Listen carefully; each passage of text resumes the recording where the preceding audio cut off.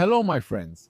If you try to be a little superstitious, you tell yourself that this accident was bound to happen. There was no way to avoid it. So many circumstances piled up to make the musician Travis Barker's plane crash with such a tragic outcome. It's September 19, 2008 in South Carolina. We have this musician with people around him who were there near Columbus to do a free concert, and now they have to get back to the West Coast. They have to go to Los Angeles. So it's a flight that will last all night, taking them across the United States from one coast to the other. So they're going to board this aircraft, which is a Learjet 60. It's a bombardier plane, a twin-engine jet, extremely powerful. In fact, it's practically new. It's only 2 years old. It came out of the factory 2 years earlier. And then it had only flown about 100 hours in total. So it's an aircraft that hadn't flown much. And so what happens is that in the cockpit, we have a first element, which is that we have a captain and a co-pilot. The captain is a woman. Now, this woman has 3,000 flight hours in total. But be careful, she only has 30 hours on the Learjet 60, even though she has piloted. Other private planes, other private jets, including 8 hours as captain on the Learjet 60. So this is not someone who is very used to this plane. She is still developing her reflexes on it. Another thing, and this is an extremely unfortunate detail, is that she was parachuted into this position. Unfortunately, that's often how it goes. Some of the pilots operating today are there because someone recommended them to someone else. So in this sense, and what's very serious is that the company operates under Part 135. Part 135 is a license that allows for on-demand flights. It's charter, on-demand flying, like that night. At the FAA, the US equivalent of the DGAC, at the FAA, they had someone there to manage the license, do the audits, handle all the required paperwork, and make sure everything was in order. Well, that person, believe it or not, is going to recommend a pilot to them. He's going to tell them, yes, I know a good pilot. You see, I'm very invested in her career development. If you could hire her. Put yourself in their shoes. I mean, they don't have a choice. It's literally the regulator forcing them to take a pilot. They bring her in and hire her without an interview, without even going through simulator tests and all that. And that's serious because they missed the opportunity to see the shortcomings she might have had. On her right, there's a co-pilot. She's 31 years old. The co-pilot is 52. He has 8,000 flight hours, including 300 on the Learjet 60. But he didn't get a phone call, nothing special for him, so he's in the right seat. So we have this Learjet, as I was saying, which is a very nice plane, but there are a few small issues with it. So the first issue we're going to talk about is the tires. So it has tires. If I look at the landing gear, the main landing gear, it's made of 2 landing gears with 2 wheels each. So we have each one. So we have 2. We have 4 wheels in total from Goodyear. And then what happens is that these wheels are inflated to 15 bars, 15 kilos. So what does the regulation say about this? So if we look at the regulations, it says that we must demonstrate to the satisfaction of the authorities that these tires, once inflated, do not lose more than 5% of their initial pressure per day. You realize that these airplane tires, potentially according to the regulations under which they're certified, they can lose 5% per day. So literally in 20 days, the rim is on the ground. And that's completely normal. You see, it's not a problem for the authorities. In the specific case at Goodyear, they had seen that we were losing about 2.2% of pressure per day on those tires. That means you have to check them regularly, inflate them regularly. You can't do better than that. It's not like a car tire. A car tire, even though you have to check it and all, you can leave a car in a garage for 3 months and you'll see you haven't lost much pressure. But airplane tires, when you see the shocks they take during landing, when you see the speeds they reach during takeoff, the intensity of the braking and all that, they undergo so much stress that the regulator has been extremely lenient with the manufacturers and allows them a fairly high pressure loss per day. Now, one very important thing. If we find that a tire has lost more than 15% of its pressure and it has been used, that means it's losing more than 15%. And the plane is being used, takeoff, landing, the tire. It's not just that you need to inflate it. No, you have to throw it away and replace it. Why? Because these tires are certified for very high stress, but those certifications only hold under very narrow conditions. That means if the tire isn't intact, for example, if it has been used underinflated, well, what can happen is that when it's rolling, what we'll see is that the sidewalls of the tire will deform, and this will destroy it, it will overheat it, and it will also destroy its internal structure. So what happens is that if a tire, let's say, is at 15 bar, and then we check and see, oh, it's at 10 bar, even if it looks normal, even if it looks okay and everything, that's a tire that needs to be thrown away. The problem is that we say you have to regularly check the pressure on those tires. Yes, but that's easy to say because when the NTSB did tests, they saw that you can't see it with the naked eye. You can't see with the naked eye that it has lost pressure. You could see it, but it would have to lose a lot. And also to check, you have to use a pressure gauge. But since the plane is relatively low, you literally have to lie down on the ground. When you look at the landing gear doors, you realize that you really have to lie down on the ground. So you have to roll on the tarmac, which is often covered in oil, kerosene, dirt, all that. Imagine a pilot in his crisp white shirt lying down there with his pressure gauge. That's not something that happens. In any case, what you need to know is it's that the tires on that jet, all four of them, were seriously underinflated. So there's also another problem I'll tell you about in a moment, a design problem with the engines on this plane. They're engines from Pratt & Whitney, Canada, and they had a huge problem. That was from the engineers' offices. It wasn't a problem during manufacturing or maintenance. It was a design problem. So the deal was set to have this plane that will get at about 2347, the authorization to start taxiing to runway 11. So it starts taxiing. The pilots get mixed up 2 or 3 times while taxiing on the taxiway. In their defense, one of the controllers said later that since there was construction at the airport, some taxiways were closed, some detours were in place, and that many pilots made mistakes that night.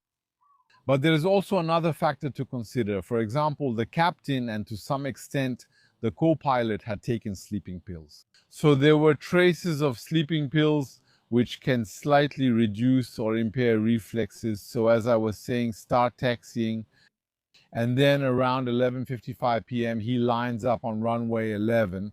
You should know that it's 11:55 p.m. and these people won't see the next day. Alors, so the plane is lined up, takeoff clearance is given. We're going to push the throttle levers forward. There, the throttle levers are pushed all the way forward. The aircraft starts to accelerate. It's accelerating, accelerating, accelerating. Now we're approaching V1. The captain was flying this leg, so she had control of the aircraft. When we reach V1, that's the decision speed during takeoff. It's the speed from which, if we have a problem, we have to consider it as an in-flight emergency, not a ground emergency anymore. Why? Because most of the time, the remaining distance to brake isn't enough. Either the distance isn't enough, or the brakes aren't sufficient to stop from that speed, and so on. It's a long story. V1, I just mentioned it in passing. I'll explain it at some point on the Parco Tech channel. Go check it out. There are already some interesting technical videos, but on that channel, I'll go into more detail about the technical aspects. But here, you just need to know that V1 is the decision speed at takeoff. From that speed on, we let go of the throttles, hold the control stick, and we'll take off when we reach rotation speed. In any case, the aircraft reaches V1. At the moment it reaches V1 a second later, they still haven't reached rotation speed. What happens next is there's a huge noise. There's a big boom, a big explosion that occurs. And then the captain starts to lose control of the aircraft. That means she's losing the runway centerline. So the plane drifts a little off the runway centerline. Afterwards, she gets back on the runway centerline because the marks that were later seen on the runway, since the plane left quite a few marks, show that it was at the beginning that she lost the centerline, but she eventually got back on it. So the co-pilot tells her, go, go, go. He says 3 times, take off, it's okay, let's keep going. Because he saw that they had passed the V1 speed. They were on a 2,600 meter runway, but they had already passed V1. There was really no way back at that point. They had to take off.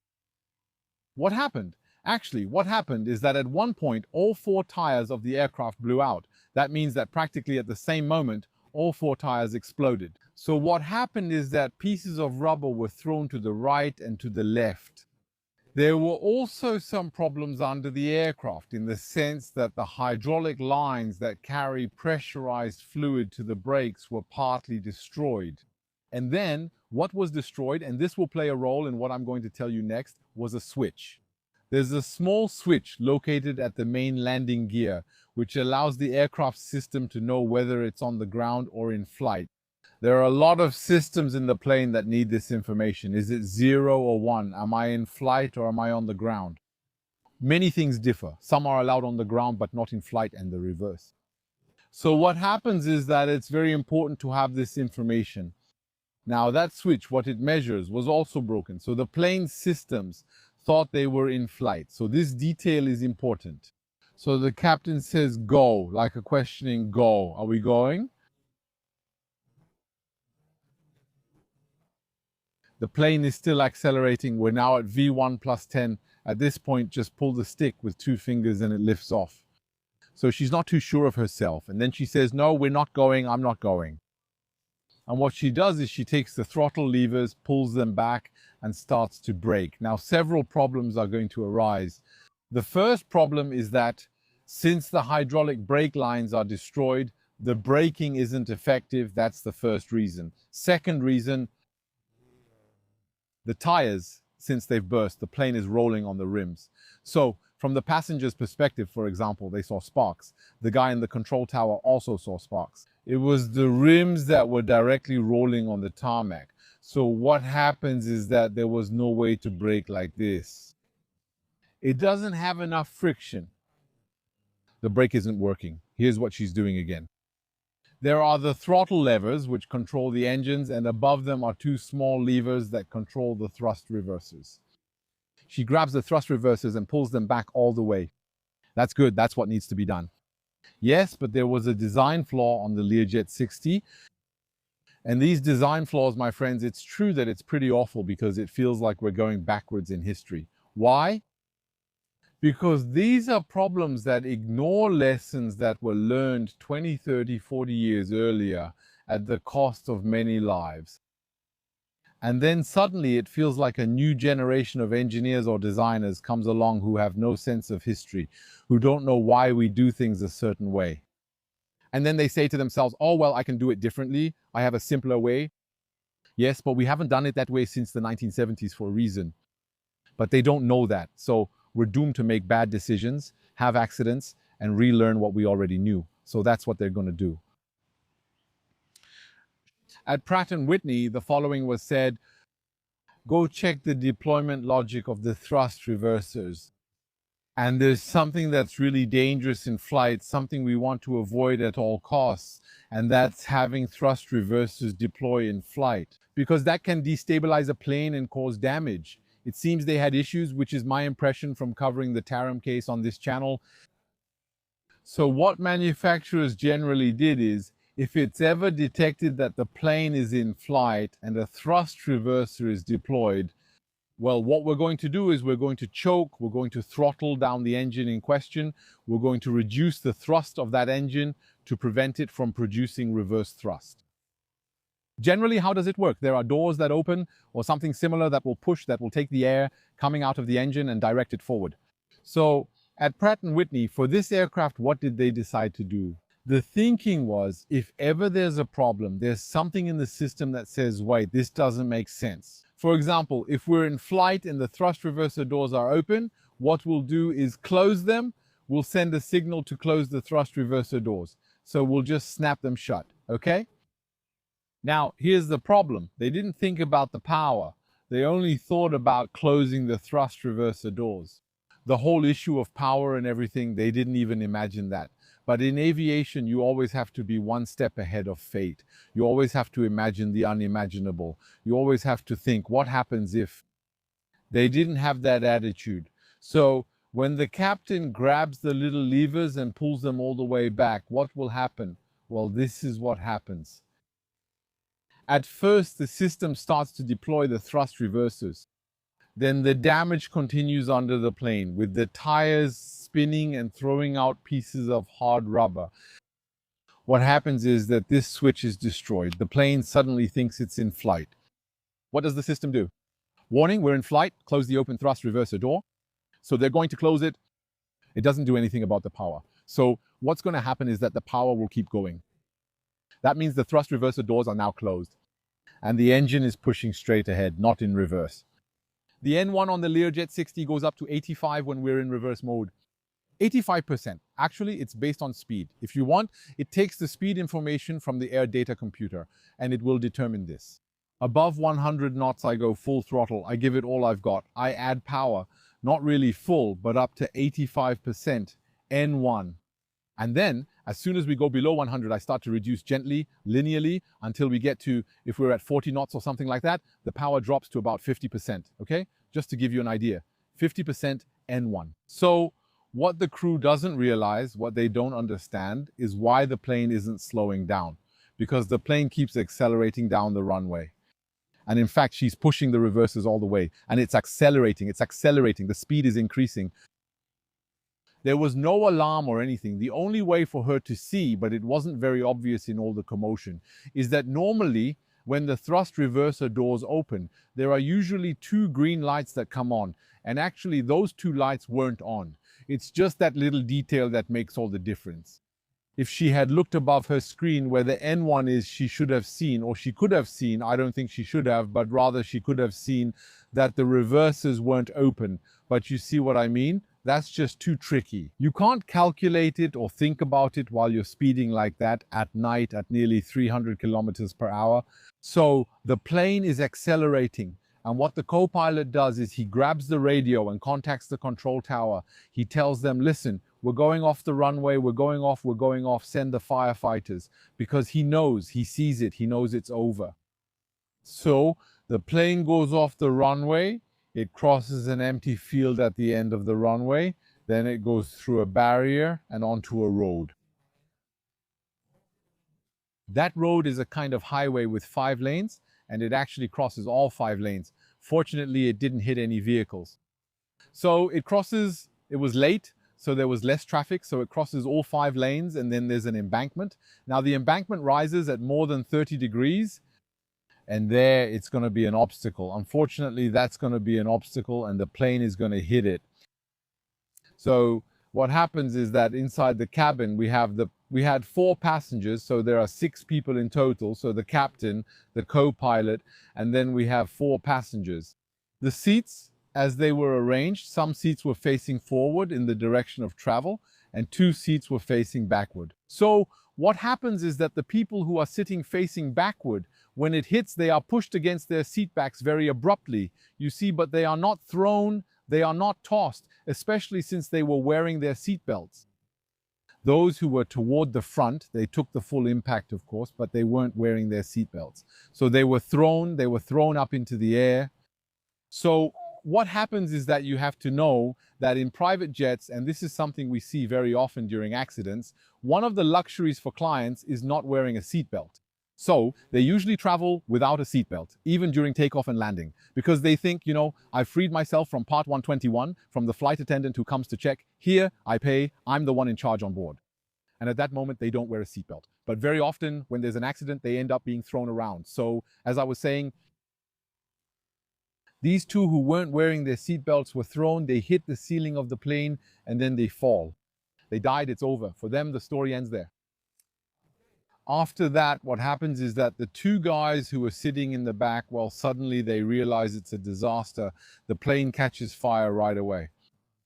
So one of them opens an emergency exit. He remembered where it was. Actually, he only vaguely remembered because there was no briefing. Very often, there's not even a briefing. The captain came over, told them they were used to taking these planes and would be fine, then left. But normally, you really need a briefing. You have to do it completely. So the guy remembers the emergency exit. He gets there, he opens it, he jumps. The other one comes up behind him. So the one who jumped first was Travis Barker. So the guy who plays the drums, he runs out, and then right away he catches on fire himself. He realizes his friends are on fire and he starts pulling them away. And then He hears people telling him, roll, roll, roll, drop to the ground and roll, because there were drivers who had stopped, who came to help. He saw the man on fire and they began shouting at him. So he threw himself on the ground, he started rolling, they came, they started helping him, and then the flames on him were put out, the other one too. So two of them managed to get out. Inside the aircraft, there were 2 passengers who died. We're also going to have the crew who ended up trapped because the nose of the aircraft was badly deformed. So the captain and the co-pilot ended up in an area where it would normally have taken hours to extricate them. They weren't dead, but they were really trapped. And then the fire reached the cockpit, so they were killed as well. The firefighters arrived after 5 minutes. The airport firefighters were also joined by the city firefighters nearby, but in the end they couldn't do anything. So they just put out the fire. Out of the 6 people, 4 died. 2 people were seriously injured. One of them will die, but for other reasons. Less than a year later, one of the 2 survivors will die. He will overdose the following year. And then that's it. It's a disaster. Of course, everyone is suing everyone else. The musicians are suing the company, the pilot's mother is suing Bombardier, the aircraft manufacturer. Well, that's just how it goes. You know, after a plane crash, it's normal. Complaints are going to come from all directions. It doesn't bring anyone back, but we have this investigation by the NTSB, which was extremely well conducted, really well conducted for an accident of this nature, because sometimes Part 135 doesn't lead to major investigations. But this time they really went all out. And in fact, they discovered all these issues that I'm talking to you about today. So that's it, my friends. And we're going to look at other cases that will involve musicians in the United States, because they go on tour and they have to quickly go from one place to another, from one airport to another, from one city to another. With the musical equipment, with their whole band and all that, well, often they take private jets. Sometimes it's even more reasonable than an airline, because if you have to transport a lot of people, a lot of fragile instruments and all that. With a regular airline, a normal commercial airline, it's going to be quite expensive. So the private jet isn't very, n'est pas très cost effective, you see. Plus, since you can write off the flight as an operating expense, it doesn't end up costing much more than a commercial flight necessarily. But still, it's extremely dangerous, especially Part 135. So my friends, thank you for listening to this video. Let me remind you about my book, Le Titan, which is currently available in paperback on Amazon. And also, thank you to those who support the channel on Patreons or by subscribing to the paid section of YouTube. There are more than 20 videos available now. There are more coming this month. I made a few last month. I try to make a few exclusive ones each month, which won't be public. And also to thank the people who help keep this channel running. I'll see you in the next video very soon.